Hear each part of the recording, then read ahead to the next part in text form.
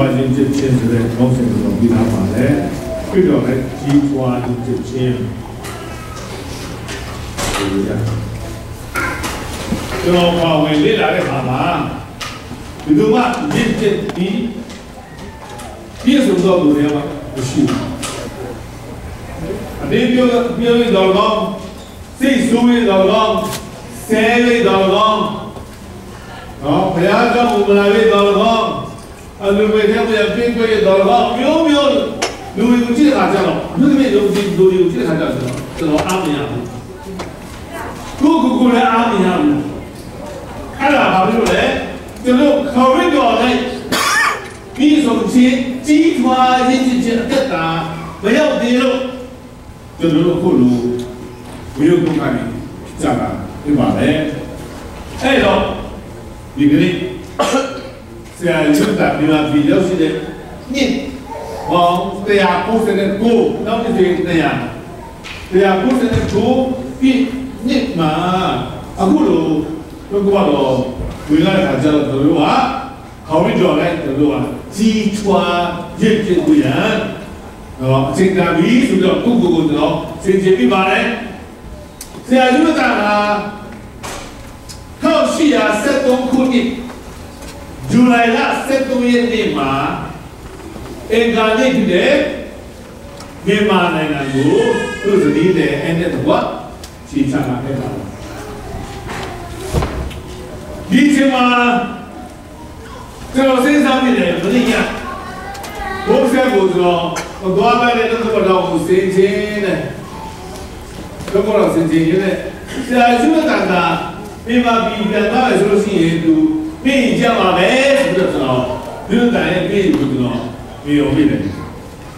为什么面一个嘛嘞？我要亲密，我打亲密，哎，面一个嘛来出去，你们留意，当我叫谁，你把哪些状态嘛？不然留意啦，拿了干嘛？拿照样还留意把心里边，哈利路亚，他的年老不，打得起皮，不然留意。 lu tak ada bibi cakap kalau ni bibi ni cakap mana, lu dia betul, wingin adiu tu, so bukan. Di cuma tu ya, di wingin, di tu ya generation, you say, tu dia,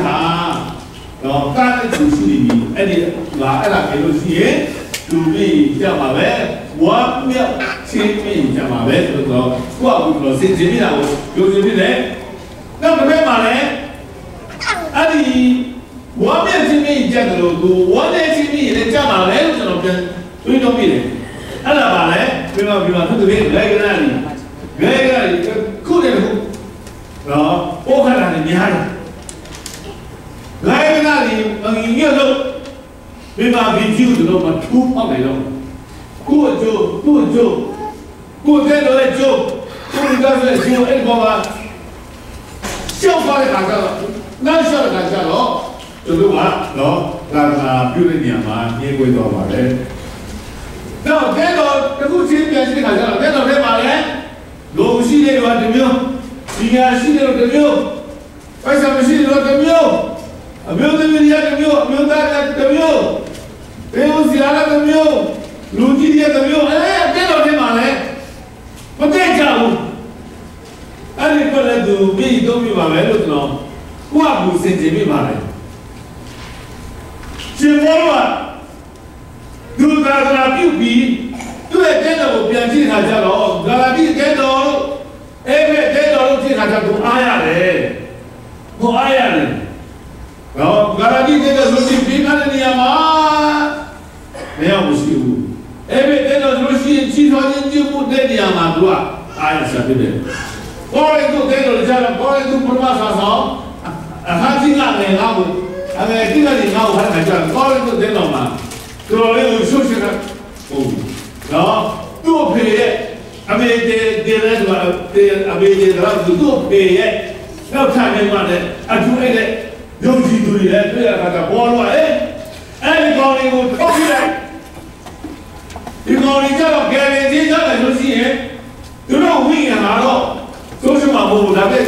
di bawah ni, dia kan apa? Salah dia tengah apa?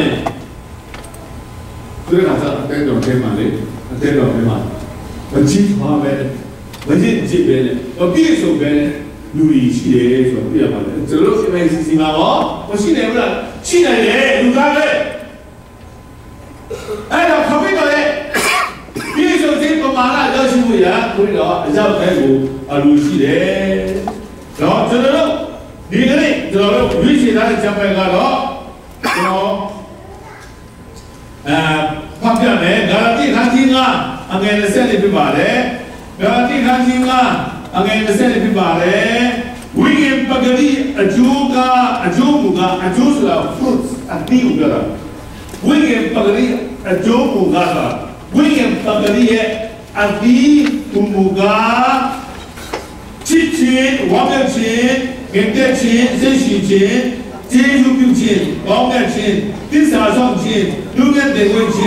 但係我做啲錢俾你。每年啊，啲股票是嘛咧？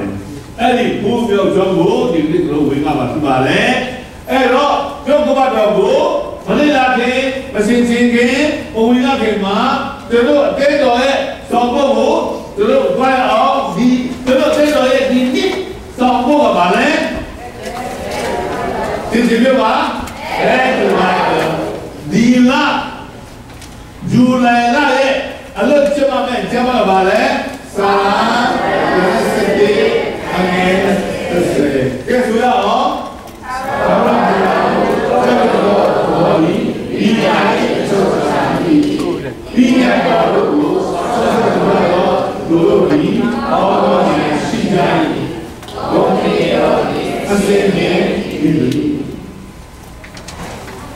这种有聪明了就是聪明。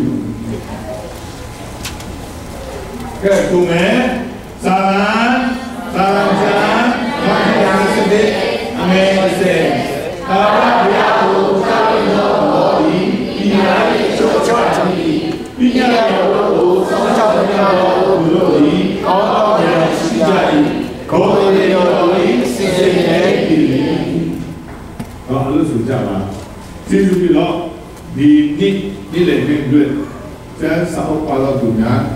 那比啥嘛？是吧？我今天知道嘛？对没？在上午8到9年，平时啊啥子呀？我今天把谁？在上午8到9年，不要给啥东西别把谁？啊，我知道人家人家不要东西呢。 哎，那我们嘛，那预防了嘛，那么英嘛来看着嘛，那是一起来。哎，继续说，可以啊，在咱们基础经济不一样，每年的股票全部做的咱们，继续说，知道虽然每年的钱在咱们啊，都比咱们低了。哦，比现在冲来了，他冲忙。 đó, cái đó, engineer mẫu nó từ cái không khí, đây rồi, chúng tôi đâu, kỹ thuật những cái vụ nhá, anh chị khám ôm gì cả, chị đi cả bên đấy, anh chị bên cả bên rồi đấy, phải ăn cái bên đấy, phải ăn cái gì, chị bên cả cái đồng ý. 需要不是啥上看起累，还是嘛？不要给你接的比较贵，你不要给啊！路上就看不到，后面到你呢，哪里干嘛？回到哪里？干嘛不要来比？先要看起生累，还是嘛？哪里？干嘛不要来比？接的说的不要比较太嘛？干嘛不要说的后面到包嘛？ 我也在干部地上的看着喽，为了低了，比如那送嘛，5个嘛来，他们欧洲全部都看比了，在咱们基础一直到，在咱们在是干嘛？不要信有东西嘛，那个信到在咱们来。哎，我对不起我，去见面干嘛？不要去见面干嘛？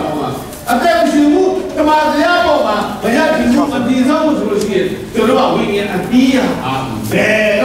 低了。离对没？谁也亲离对没？六块钱，六块钱离对没？哦，从三到七千离对没？哎，你从三到七千，没有来看上，我已经你不进来了，各位，大家可以接触到的，大家可以都看到，都嘛大家讲嘛，耶稣基督的教导嘛，第三位看到了，这个我已经第五年。其他时間就會馬上攞住俾埋佢話咧，係咯，係收嘅故事咯。而佢會啲個人不得嘛，唔數就係話，係啊嘅，你全面查過嘛，一啲咗，就係咯。咁啊，第二個嘛，嗰個第三個，嗰個係點樣做事？會嘅啲，係嘛？啲人咧，啊你會嘅啲公廟戶就攞數咩？誒，嗰啲看清啊，嘅先至咯，啊都係寫咩？来说吧，7000万秒，7000万秒，应该是技术方面，第三方面，大马手机，哎，大马就是微信的股票喏，7000万秒钱，应该钱这些钱，技术有钱，方面钱，第三烧钱。他話咧，如果你會知，交通做啲嘢，一定股票下，都俾人哋個面啊，心理啊。那我不過嘛，像對不水，你不過下，然後永遠嘅你嚟是你的，我所做嘅嘅咯，然後做你的。這個不要嘅俄羅斯人話咧，幾多年前都點解，就不要嘅俄羅斯人。哎咯，去全面講嘛。沒水嘛這個對的，你說的。他也去這邊的，沒水我嘛他媽這個要起來東西，沒水人力，沒水telefon，沒水銀行，沒水哦，在那些地沒水去哪樣？去哪樣？往邊度來？好，邊個啦？就是我，最為的看嘛，你估多少啊？佢有一隻打落用住個圖阿魯下，左下開始，左下開始，好嘞，左下開始，啲阿嘅識啲嘢，佢有嘅打嚟用住，我話佢有嘅打嚟用，你估咯，我話標準嚟你估嚟，但係佢有嘅東西呢，首先估嘢你估咧，估係點樣嘅？就像個現在一樣的，喏，把我哪裡咧，你們講哪裡咧，後面話有書，喏，要教來書，把我哪裡咧，對這個研究設高，不要做咧話咧，不要設高，別話咧設高，啊來話咧，危險嘅理，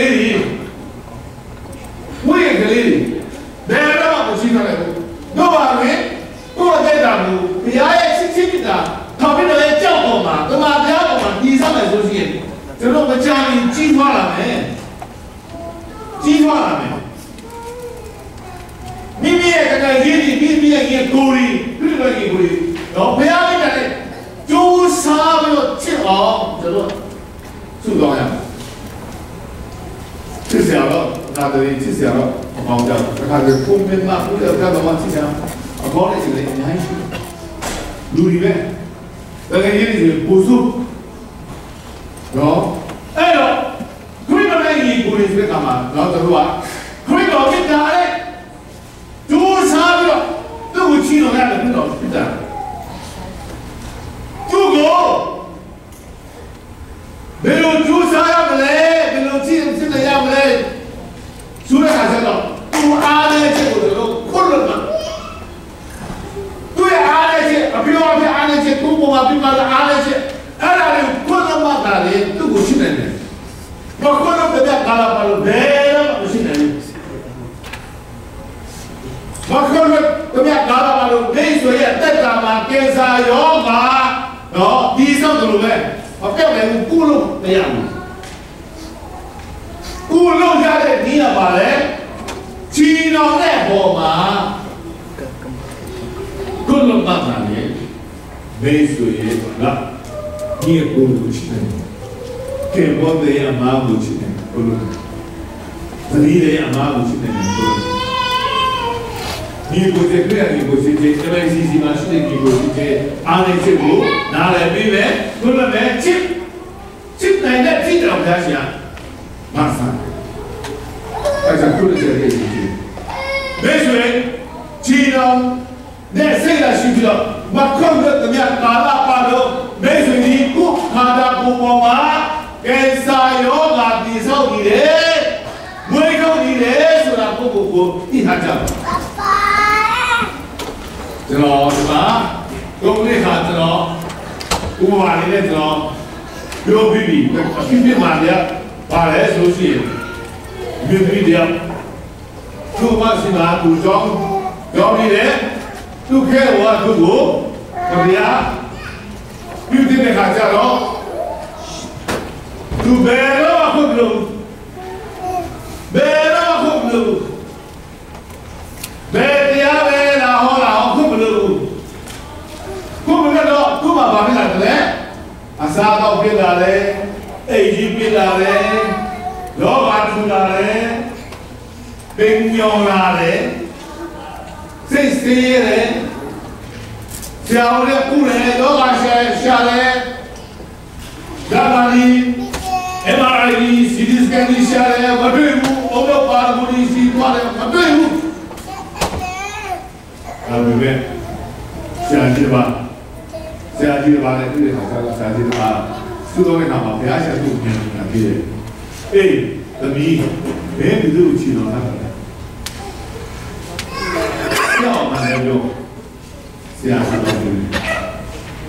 Jadi ini saya jadi mana? Dulu tahu bila saya bila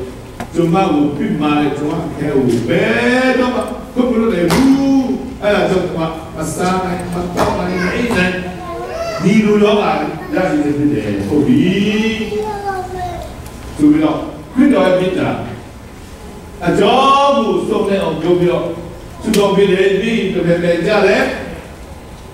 Tu kau tu pun ada jauh, dulu jauh bin asyik, itu saya asyik mah dulu ada kata lo. Ni tu zaman,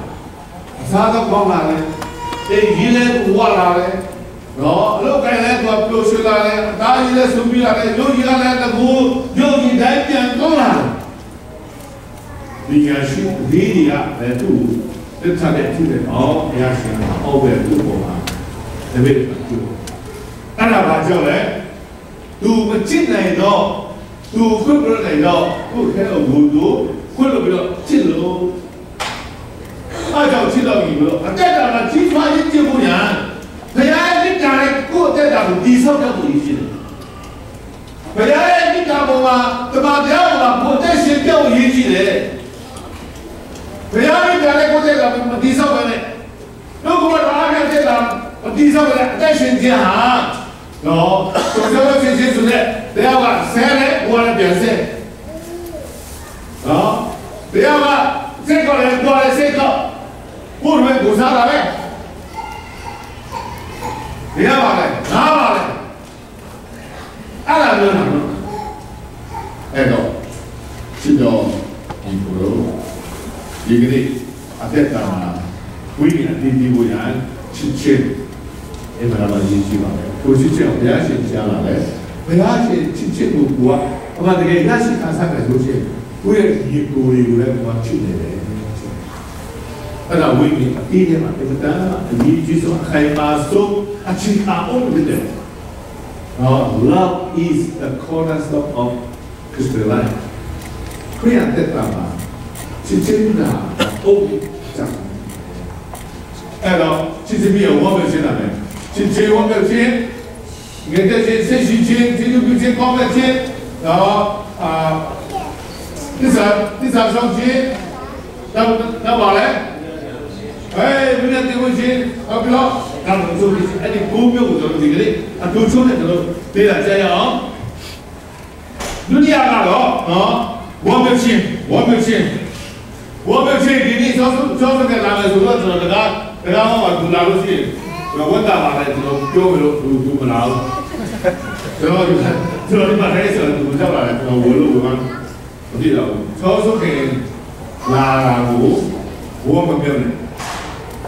ကိုနာမည်ကိုကောင်းကင်စင်းထဲမှာပါတာဝမ်းမြောက်ပါဟာလေလုယာနောက်ခရစ်တော်ကပြောတယ်နော်လူကာခကြီး30မှာတင်တော့နာမည်များကိုကောင်းကင်စင်း၌နော်ဝိညာဉ်ကိုဝမ်းမြောက်ကြပါတဲ့ဒါဆိုးတော်တွေကိုနေတော့ဝမ်းပြောတယ်ကိုယ့်ရဲ့နာမည်ကောင်းကင်စင်းထဲမှာဝန်တာကိုဝမ်းမြောက်ကြပါအဲ့တော့ရှင်းတော့ဒီကိုတော့ကဲတင်ချင်းအမှန်တကယ်ရရှိတယ်ဆိုလို့ရှိရင်မင်းဆိုတာဝမ်းမြောက်တော့မြင်တာရှိရမယ်ကဲတင်ချင်းရပြီဆိုတော့မြင်တာရှိတာကငိုးရောနဲ့မြင်တာဟိုည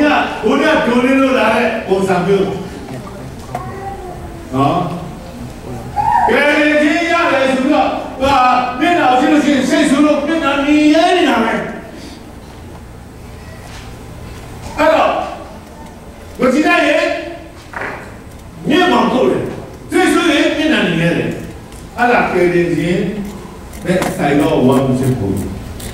ကဲတင်ချင်းမှတကယ်ရရှိထားတော့မြင်တာကဲတင်ချင်းတဲ့ဆက်ဆက်တော့ဝမ်းချစ်သူ့မှာရှိရမယ်အဲ့ဒါဆရာဆရာအပိကိုပြီးတော့ဘယ်အချိန်မှဆုတော့ခါကြတော့ဆရာ50ဆရာ50ရဲ့ဆက်နေမှာဆရာဆရာဘယ်အချိန်ကိုဆုတော့လဲကဲတင်ချင်းနဲ့ဆိုင်တော့ဝမ်းမြောက်ခြင်းကိုပြန်ပြီးတရားတော်ကိုပါကဲတင်ချင်းနဲ့ဆိုင်တော့ဝမ်းမြောက်ခြင်းကိုပြီးတရားတော်ကိုပါအဲ့ဒီဝမ်းမြောက်ခြင်းကကဲတင်ချင်းနဲ့ဆိုင်တော့ဝမ်းမြောက်ခြင်းကအတွင်းတဲ့ကနေလာတာအပြင်ကနေလာတာကနော် happy ဆိုတော့ happy new year အပြင်ကနေလာတာပျော်ရွှင်ခြင်းဆိုတာအပြင်ကလာတာဝမ်းမြောက်ခြင်းဆိုတာအတွင်းကနှလုံးသားရဲ့အတွင်းပိုင်းဆိုတာပြောလာကျွန်တော်တို့ကြည့်ရတော့ကြောင့်ကဲတင်ချင်းနဲ့စိုက်ပြီးတော့ဝမ်းမြောက်တော့ဒီမှာကျွန်တော်တွေ့တယ်ဒီတဲ့တော်နဲ့ဒီတဲ့တော်ကကဲတင်ချင်းစိုက်တော့ဝမ်းမြောက်ခြင်းရှိလို့ရှိတယ်အခုလည်းအမျိုးသမီးတွေပေါ်တော့တွေ့တယ်မျိုးသမီးတွေတော့တွေ့တယ်နောက်ပြီးတော့နာမည်နဲ့ပြောမယ်ဆိုရှိရင်this isစေပါရဲ့ဇနီးဒီ MXC ကဥခိုင်ဝဲဇနီးဥဟာပါရဲ့ဇနီးနောက်တော့ဥမာလေးကလေးဇနီးဥတာကျော်မောရဲ့ဇနီးဥပရာရဲ့ဇနီးသူတို့ကြည့်ခါကျတော့တက်ခတ်တယ်ဒီလူတွေကစိတ်မောမှန်ရတာဘယ်ဟုတ်လဲကဲဒီချင်းဆိုင်တော့မမစိုးတို့ရှိတယ်လားလေမရကျွန်တော်အဲ့ဒီစမှာကျွန်တော်ဇနီးတဲ့တရားလို့သူတော့လေကျွန်တော်လည်းသူကောင်းပြီးတယ်ကောင်းပြီးတော့သူလက်ကကျွန်တော်ငိုးနဲ့ထိသွားတယ်ကေမိုတဲ့ကောင်းပြီးလိုက်သူကြိုက်တော့လေသူကြိုက်တော့သူတို့လည်းဒိုးတာပေါ့ကျွန်တော်တို့ကမှသူတော့လာကြာတော့အားလုံးကလည်းသူကျွန်တော်ချပြီအားလုံးကလည်းကျွန်တော်ချပြီဒီလိုကြည့်ပြီးတော့ကျွန်တော်နားလည်တဲ့စကားလည်းကောင်းပြီးတော့ကျွန်တော်သူ့ပဲကျွန်တော်ပြန်စစ်စားတယ်အိုးကဲဒီကျင်းစတော့ဝမ်းမဖြစ်ဒီအမျိုးသမီးဒီပေါ်မှာကျွန်တော်တွေ့ပါလားဆိုတော့ပြန်စစ်စားတယ်ကျွန်တော်ဝမ်းမြောက်တယ်ဟာလေလုယာကဲဒီကျင်းစတော့ဝမ်းမြောက်ဖြစ်ခရိယာဒီကျွန်တော်မျက်မှောင်ကိုယ်ကိုစိတ်ဆိုးဖို့မဟုတ်အမြဲတမ်းပြောပါကဲကိုကမင်းရလို့ပြောပြပါပြောကြကဲကဘုရားကိုပြောပါကဲတော့ပြောပါဆရာဘုမကရတော့ဒီမျက်နှာကြည့်တာကဲဒီချင်းနဲ့ဆိုင်တော့ဝတ်လို့ချင်းရဆိုတော့သူကမင်းလည်းပြောပြရဘယ်လိုအချီနေလဲချစ်ကြောက်တော့ကျုပ်အဲ့ဒီဝတ်လို့ချင်းဆိုတာဥမာရှိရတော့ဒီချင်းချင်းဝတ်မြောက်ငင်ကက်စိတ်ရှိငင်ကက်ချင်းစိတ်ရှိတော့မယ်ငင်ကက်ချင်းဆရာကြီးကဆရာကြီးကသူအောင်ပဲလေအချင်းစကားမှာရှိတဲ့စကားတော့ဒီဘူလို့ အဲ့ဒီခါမှာဒီကြောကုန်းနဲ့ဒီဒီပါတော့အနာတော်ဖြစ်တယ်ဆိုတော့ပြန်စဉ်းစားတယ်ဒီလေးပူတယ်အကျဉ်းသားလည်းဖြစ်တယ်ခုနအဝဲဝင်ဖတ်ကြတယ်လို့လစ်မရနော်စစ်သားရဒါသမားရသူ့ကိုဖို့ဖို့ဆင်သင့်ပဲလစ်မရဆိုတာဘုရင်မျက်နှာကိုကြည့်ပြီးတော့နော်ငါပဲထက်တယ်ဆိုတာလစ်မရတတ်တာလေသူတို့ကဆောက်ချက်တယ်အဲ့ဒါကြာလို့ကြောကုန်းနဲ့တေပစုံမှာနာပေါ့နောက်လာပြည်သူ့ခါကြတော့ပြည်သူ့ခါကြတော့သူများရဲ့ဖဏမပါဘူးဆရာကြီးကလည်းဖဏမပါဘူးအမေရိကန်တယောက်နော်ဖဏမပါဘဲလားရှိလားအပူရှင်ကအမရပူရာအောင်တယ်လေအပူရှင်က105 ဒီဂရီဖာရင်ဟိတ်ရှိတယ်အဲ့ဒီမှာဆရာကြီးကလာရှိတယ်နော်အဲ့ဒီစာအုပ်ကိုဖတ်ရဆိုလို့ရှိရင်မိတ်ဆွေဘုရားကိုချစ်လို့ရှိရင်တကယ်တော့ခံစားပါပဲမြင်တက်ပြီးပါပဲဆိုတော့ဆရာကြီးညွှန်တာကသူစတိတယ်လဲတည်တယ်သူကလေးလဲတည်တယ်နောက်လာတော့ထားသူလဲသူကလုံငါပြီးစုနေတဲ့အောင်သူတော့ဆောင်ချင်တဲ့တော့ဒီလိုလဲသူလဲတည်ကြရောကလေးနဲ့တည်ကြရောစိတ်လို့စိတ်လို့ငါဘာလို့တော့ခါစိတ်ကြီးခါတယ်ဆိုစိတ်လို့ကြားရရှိတဲ့နေရာမှာကြားရတော့ကြတဲ့နေရာမှာကိုယ်ထမ်းဘုရားရှိတဲ့အချိန်ယူတယ်အဲ့ဒီပြပါလေငါသူ့ကိုတော့မတတ်ရပါဘူးကြားကြိုက်လို့နေပါစေဆိုပြီးတော့ဘုရားရှင်ရဲ့တူထဲအချိန်ယူတော့ကြားများတဲ့ပေါ်များတဲ့နေရာမှာစုကောင်းတယ်ကြားတယ်လို့ကြားတယ်ကြားတော့သူ့ဘာမှမလုပ်ပါလေလေဘာမှမလုပ်ဘူးဘာလို့မလုပ်လဲဆိုတော့အိုးဘုရားရှင်ဓမ္မငင်းတဲ့ချင်းငါရပြီနော်ဘုရားရှင်ဓမ္မငင်းတဲ့ချင်းရပြီဒီစိတ်ဒုက္ခချင်းကခေါင်းတော့ခံခဲ့ပြီပဲနော်ခရစ်တော်ခံခဲ့တော့စိတ်တော့အရှင်ဒီထက်သာရင်ဒီပါလေဆိုတော့အဲ့ဘာသူငင်းတဲ့ချင်းဟိုတာပဲအဲ့ကြောင့်ခရစ်တော်ကသူ့တပည့်တွေကိုတပည့်တော်တွေကိုလူပြောတယ်ယောဟန်ခန်းကြီး7ယောဟန်ခန်းကြီး7ရဲ့20ပုံမှာငါရဲ့ငင်းတဲ့ချက်ကိုတင်တော့ငါထားခဲ့တယ်တင်တော့ငါရဲ့ငင်းတဲ့ချက်ကိုငါပေးတယ်လောကီသားတွေကိုပေးတကယ်တော့မဟုတ်ဘူးတင်တော့ဆိုရင်ချက်ရှိတယ်တုံလို့ချက်ရှိတယ်အဲ့ကြောင့်ကျွန်တော်ကနော်အမေရိကမှာနော်စိတ်တယ်ဆိုတဲ့လူတွေကဒီလိုပဲခါကြတယ်ပြောမယ်အယူပဲနော်မိဘဗီဒီယိုပြတာခဲ့တယ်မလေးရှားပြတာခဲ့ထိုင်းကိုပြတာခဲ့တယ်အိုးတောင်ကြစစ်ဆိုရဲဒီပလေးစစ်တဲ့ကိုပြတာခဲ့တယ်ဒီမှာစိတ်ကစရာအကြောင်းမရှိဘူးကိုမနီတော့လို့ပဲကိုရဲ့တက်တာကိုဘုရားကြည့်ကြတယ်မတိဆောက်လို့ပဲတို့ကတရားတော်များနဲ့ဓမ္မဆက်ဆံတော်များနဲ့ကိုရဲ့တက်တာကိုမတိဆောက်လို့ကိုစိတ်တူတာဘုရားတဲ့တရားတော်ကိုနေတဲ့ချက်ပြီးမိထားတာကိုကလည်းခံစားအဲ့တော့နေတဲ့ချက်လို့နေတဲ့ချက်စိတ်ရှိခြင်းနော်စိတ်ရှိခြင်းစိတ်မရှိတော့ပုဂ္ဂိုလ်စိတ်မရှိတော့ယုံကြည်သူရဲ့နောက်ွယ်မှာဆိုးကျိုးဟာအမြဲတမ်းလိုက်နေတယ်စိတ်မရှိခြင်းမရှိရကြတော့နော်လာတာလေညတာလာချက်တို့ပဲဆိုးကျိုးကကိုယ်တော့လည်းတော့လိုက်လာတယ်စိတ်မရှိကြည့်ပါနော်စိတ်မရှိဘဲနဲ့တဲဟိုလာတဲ့ဆိုးကျိုးကတော့လိုက်လာတာဥပဒေကတော့လိုက်လာတာချစ်တော်ဒီလိုအပြည့်ပြည့်ကပါလဲဆိုစီ1960ခုနှစ်မှာ John F. Kennedy ကကျူးဘာနိုင်ငံကိုဘုံကျဲတော့မယ်ကျူးဘာနိုင်ငံကိုတော့ရည်နဲ့လို့ဖို့စီတယ်ဘာဖြစ်လို့လဲကျူးဘာနိုင်ငံမှာရုရှားတို့ကြီးအပြည့်အဝရှိနေပြီအမေရိကန်ကိုကြောက်ပြန်ကြအရာစိတ်ဆိုးတယ်စိတ်မတင်နေတော့ကျူးဘာနိုင်ငံတခုလုံးကိုအမေရိကန်ကြီးတက်တယ်အပြည့်အဝဝိုင်းထားတော့ချိန်ထားတယ်ဘယ်တော့ဘယ်နည်းပဲချိန်မှာနော်ဘယ်တော့ငါပြည့်မယ်ထုတ်လာမဆုံးဘူးလေ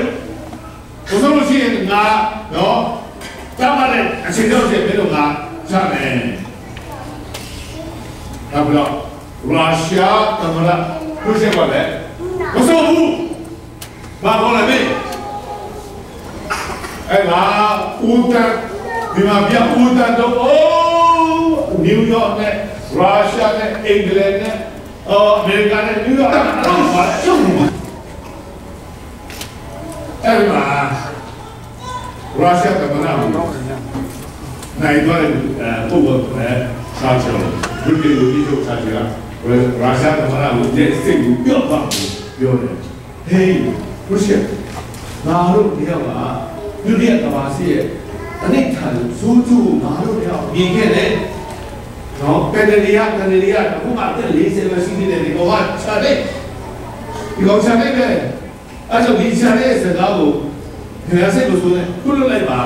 သူဘာမှမသိလို့သူကခရုရှေ့ပါချောင်းရှိတဲ့စကားကိုနားထောင်ပြီးတော့သူကျူပါလို့လုပ်တယ်လို့ပြောတယ်အကယ်၍ကယ်ရီကနော်သူစိတ်မရှောင်စိတ်မရှောင်တဲ့စိတ်သူချင်းစိတ်မရှိစိတ်ကိုဆက်ကားလိုက်ဆိုလို့ရှိရင်တာရီယာကပါစိတ်တယ်ဆိုးကျိုးစိတ်မရှိတဲ့ဆိုးကျိုးအင်္ဂါနဲ့ဆက်ဆက်ပေါင်းတယ်အဲ့တော့ဒါပေမဲ့စိတ်ရှိခြင်းကောင်းချောပါလေဘုရားနဲ့ချီးကျူးခြင်းအဲ့ဒါပဲမတွေ့တယ်လေယောဂရဲ့တဲ့မှာတွေ့ရတယ်ယောဂကိုဘုရားရှင်ကဘာလို့ချီးကျူးတယ်လဲသူ့အခိုးတွေပေါ်မှာသူစိတ်ရှိပြသူ့ရဲ့တခင်ဘောရအိမ်မှာလေစိတ်ရှိပြတယ်အဲ့ဒီစိတ်ရှိခြင်းအကျိုးသူခြင်းကကြတော့သူဘယ်ရဲ့ဝင်ဆိုးနေရမှာသူနေရာယူပဲအဲ့တော့စိတ်သူခြင်းရဲ့အကျိုးဟာအနေများတယ်စိတ်ရှိခြင်းအကျိုးဟာတရားနဲ့ဒီလိုခြင်းရှိတယ်ဆိုတာတွေ့ရပါတယ်နောက်တစ်ခါဘာလဲဆိုလို့ရှိရင်ကျေးဇူးပြုခြင်းတော့ဘာလဲကောင်းတဲ့ခြင်းကျေးဇူးပြုခြင်းနဲ့ကောင်းတဲ့ခြင်းကစိတ်သူရောဂါဖြစ်နေတယ်သူတော့ဖြစ်နေတယ်အဲ့တော့ကျေးဇူးပြုတဲ့သူဘာတော့ကျေးဇူးပြုတာပါလဲမျိုးစိကျေးဇူးပဲမျိုးစိကျေးဇူးပဲဆရာကြီးကဆွေတို့ဘုရားလာမှာဇာတ်ကိုစောက်တယ်ဒီလိုကြောက်ဘေးရန်ကတည်းကတကယ်ပုံထားတယ်အဲ့ဒီမှာဒီလိုကြောက်တော့သူတကယ်စားတော့သူလည်းအဲ့ဒီကြီးတရားဟောတယ်တော့ဆုံးမှာလူဝိရဖမ်းတယ်တော့ဆုံးမှာဒီနေ့ဒီစမှာဒီပေါ်တရားကိုစကူပြီးတဲ့ခါကျတော့ကားပေါ်ပြန်လာဆိုတော့ပြန်ဖြစ်လာဇာတ်ရွတ်တယ်ဘာလို့ဂျေဇုပြုခြင်းအဲ့ဒါကြောင့်မာတဲ့ခါကြီးတစ်ဆယ်အနေလေးစနေနေမှာမာတဲ့တစ်ဆယ်ငယ်လေးစနေနေမှာပြီးတော့အချင်းသူကြီးတပိတော်ရင်မြင်တာကိုထုတ်ပြီးဤသူငယ်ပစုံတယောက်ဟာဒီတစ်ခွက်ကိုပြီးညပြီးတို့သူကြီးအချိုးကိုမရပဲမနေရအဲ့တော့ကျေးဇူးပြုခြင်းပါစာခြင်းသူကြီးခြင်းသနာခြင်းအဲ့ဒါလေးဟာပါလေမျိုးစိခြင်းတာပဲမျိုးစိခြင်းအဲ့ဒါကြောင့်ကျွန်တော်တို့ဘောပြတဲ့သူကြီးသူဆိုလဲဘောကိုကောင်းလို့ရှိရဲ့ကို့ပေါ်မှာသူကကောင်းလာကိုဆိုရင်သူကကို့ပေါ်မှာဆိုးလာမယ်ဒါပေမဲ့ကောင်းလို့ကုသပြုရင်နေမှာမရပါဘူးကောင်းလို့ကုသပြုမယ်ဆိုရင်ကောင်းကြီးတာနော်ဒီလိုလေကောင်းလို့ကုသပြုမယ်ဆိုလို့ရှိရင်နေမှာမရဘူးကောင်းလို့ကုသပြုတယ်ဆိုလို့ရှိရင်ကောင်းကြီးတာအဲ့တော့ဒီလိုကောင်းမြတ်ခြင်းမရှိတော့ပုဂ္ဂိုလ်များတော့တွေ့ထားတယ်ကောင်းမြတ်ခြင်းမရှိတော့ပုဂ္ဂိုလ်များ1960နဲ့အခုဒီမှာ1960နဲ့အခုဒီမှာဦးနေဝင်းကနိုင်ငံတော်ကိုတောင်းယူတယ်ပြည်သူပေါ်မှာဒီဘောပြောင်းများစွာသူမကောင်းခဲ့ဘူးတည်တဲ့အခါကလူ30မဖြစ်တဲ့လူကအလူအချတယ်နော်လူ30လောက်ကအလူအချတယ်ပြီးခဲ့တဲ့ဒီမှာလီဘီယာနိုင်ငံမှာကဲဒီကိုနော်အကြီးအကျယ်သူညင်ပန်းနေစတဲ့ဘာလို့လဲကလဗီယာအမေရိကန်ရဲ့连个崩溃了，路光嘛的嘛，离开了。按照按你所做的东西啊，如果咱那边来路呀，路旁边了，过路过路旁边了，你别个路了，他那个那变成来了，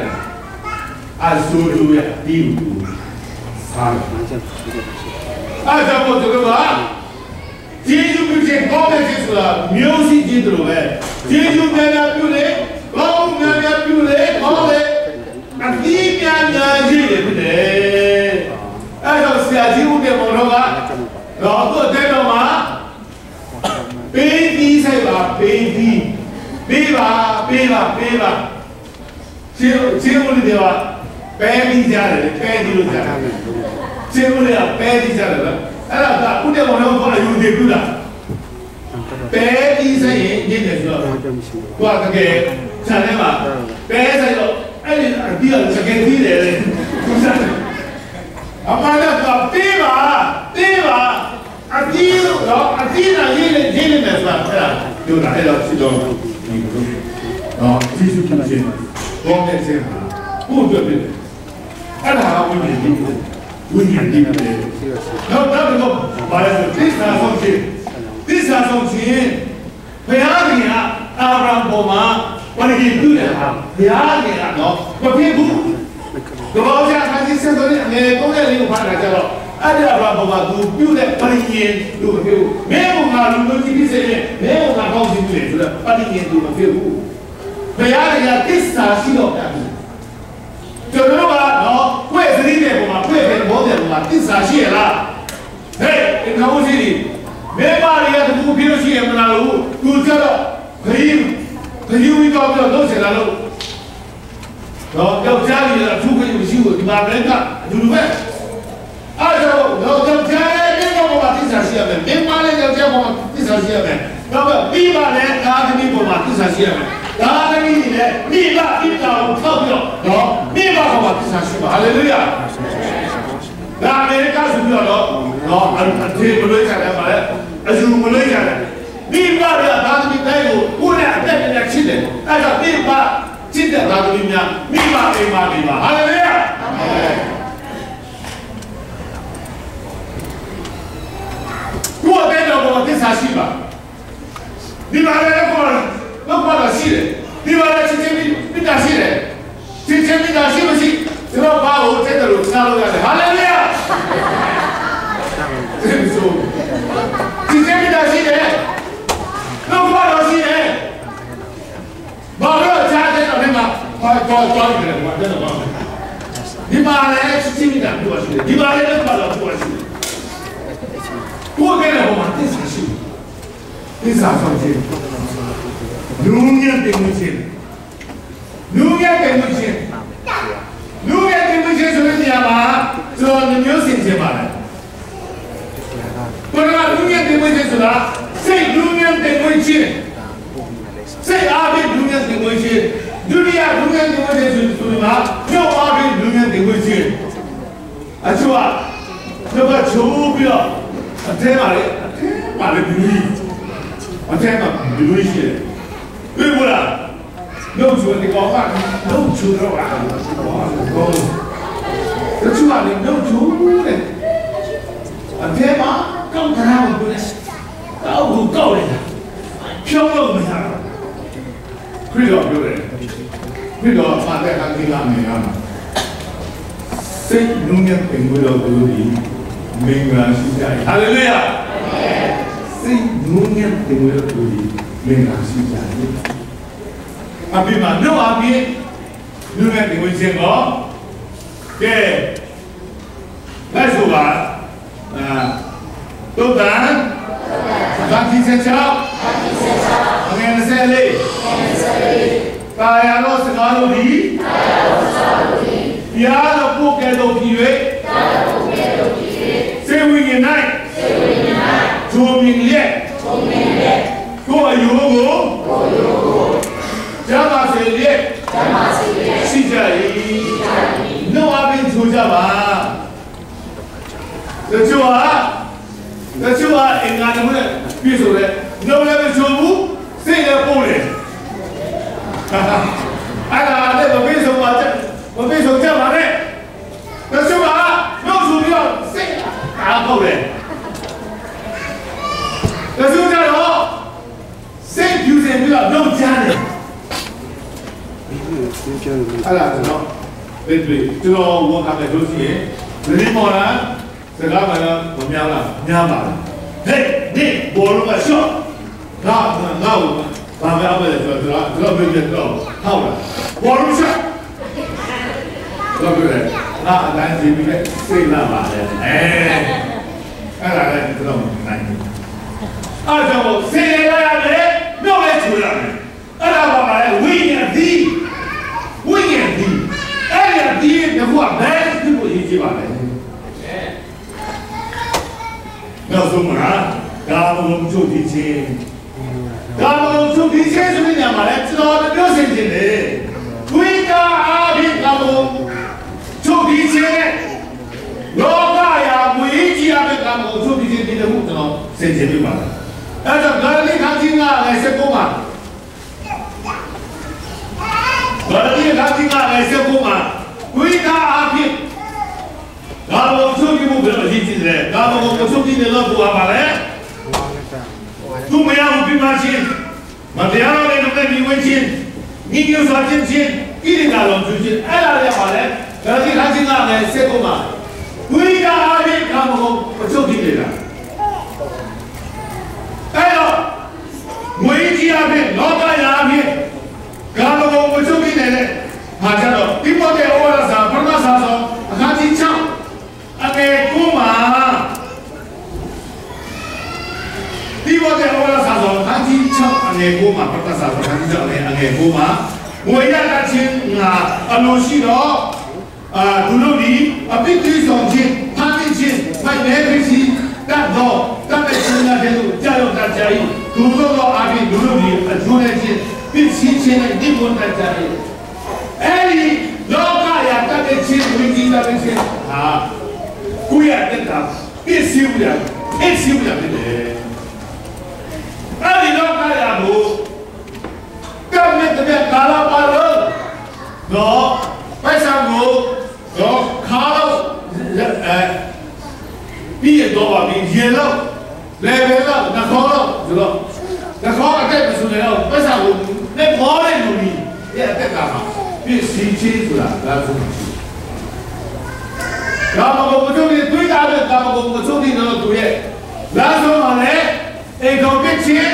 ဒေါ်လာရချင်းအသက်ဒုစရနဲ့လာဆုံးတယ်အဲ့တော့ချိတော်ဒီကိုဒီလောက်ကတော့မျက်စိမပြီးဆုံးကြမှာဒါကိုပြန်ကြည့်နေတာကြတော့သူတို့ကတာအေးဖက်ခန်းကြီးလေအေးဖက်ခန်းကြီ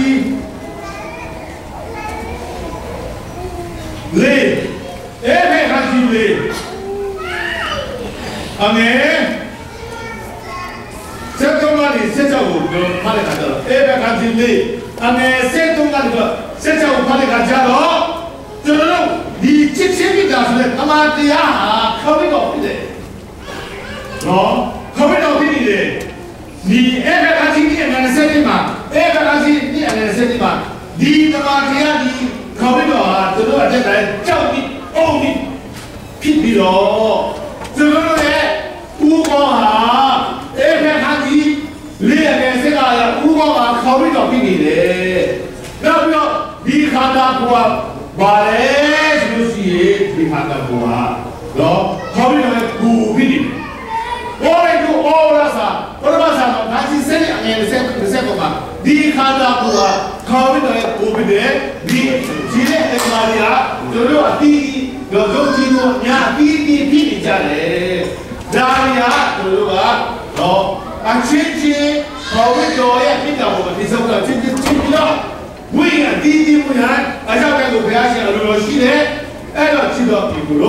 너 소마 내가 같이 일래 아게 세자우도 밖에 말해 너 소마 에라 화비어 들어 속다요 에페 같이 일래 아게 세자마 화비어들에 로시에 저 아게 세동안이 저 밤에 나로 쉬는 날이 용진 친구가 배안에 따라오고 뛰전 친구가 တကယ်တကယ်ဒီရောက်နေခေါ်ပြီးတော့ပြည့်စုံခြင်းပမာဏအရာကြီးလို့တော့ကြီးရတော့လူအဖြစ်တော့ယောက်ျားဒီအတိုင်းအောင်ဖြစ်တယ်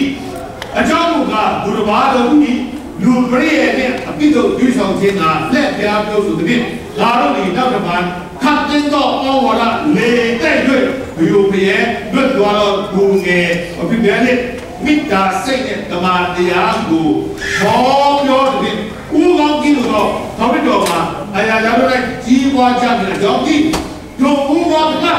အစင်ပိုင်းများပြီးအားဖြင့်တကူလုံးဒီစစ်စပ်ထုံခွေတဲ့အတိအဒီအင်္ဂါများဦးငန်းကုတာအတိုင်းပြုပြင်တဲ့အကြီးမိမိကိုပိတ္တာဒီဆောက်ခြင်းကကြီးပွားစေသည်အဲ့ဒီခါလာကိုဟာဘာလဲဘလို့ရှိရင်တော့အချင်းချင်းဒီအဲ့ဒီအဝတ်ဒီဆွဲတာဝတ်ဒီတခွေတခုကြည့်လို့ပဲတော့ဒီတခွေတခုတော့ရှင်းတယ်လို့ချိတ်တယ်လို့ပဲတို့အချင်းချင်းဒီတော့ခရစ်တော်ရေကိုပြတဲ့တို့အချင်းချင်းတော့တို့တဲ့မိသားစုချင်းတော်ရမယ်ဒီဆောက်ရမယ်ခေါ်ပြီးတော့လည်းကျွန်တော်တို့တော့ချီတော်ရတယ်တီးဆောက်ရမယ်ဦးကောခရစ်တော်ဖြစ်တယ်ဦးကောသူကခရစ်တော်နဲ့ပြည့်စုံတဲ့အောင်ယုံကြည်ခြင်းနဲ့ပြည့်စုံတယ်ခေါ်ပြီးတော့သူကြည်ချွတ်ခြင်းနဲ့ပြည့်စုံပါမယ်အဲ့တော့ဒီလိုဒီအတက်တာပြန်ပြီးတော့စင်စင်နဲ့တော့ကြာတော့ကြီးပွားရင်ကြောက်တဲ့တာဖို့ဆောင်ခြင်းအဲ့တော့ဒီလိုအတက်တာကိုပြန်ပြီးတော့ဆန်းစစ်ပါမိမိအတက်တာကိုတမန်တရားဆိုပြီးတော့မှဒီဆောက်တာကြီးစင်းတော့ဒီဆောက်တာကြီးဆောက်တဲ့သူရှိရင်ဘေးစအမှန်တကယ်ကြီးသွားရမယ်နော်ချစ်ချင်းနော်ဝါမချင်းရေကချင်းစိတ်ရှိချင်းတင်သူပြုချင်းကောင်းတဲ့ချင်းစိတ်ဘာလဲဟုတ်ဘုသစ္စာဆောင်ခြင်းဘုရားသစ္စာရှိခြင်းလူငယ်တွေဝင်ခြင်းတော့ကတော့သူဒီကူမျိုးဟာတို့ကတည်းကဒီတိုင်းယုံကြည်သူကကြည်ပြီးစေမယုံကြည်သူတွေကကြည်ပြီးစေသူတို့ကိုကျမ်းစာဖတ်တယ်လို့သူတို့ကိုမြင်လိုက်ဟာလာပြပဲဟာလာပြတယ်တဲ့ဟာလာကျွန်တော် ABCC အားလုံးပဲပြီးတော့ဖတ်နိုင်တော့ကျွန်တော်သိရှိသေးတာကျွန်တော်အားဟုတ်တယ်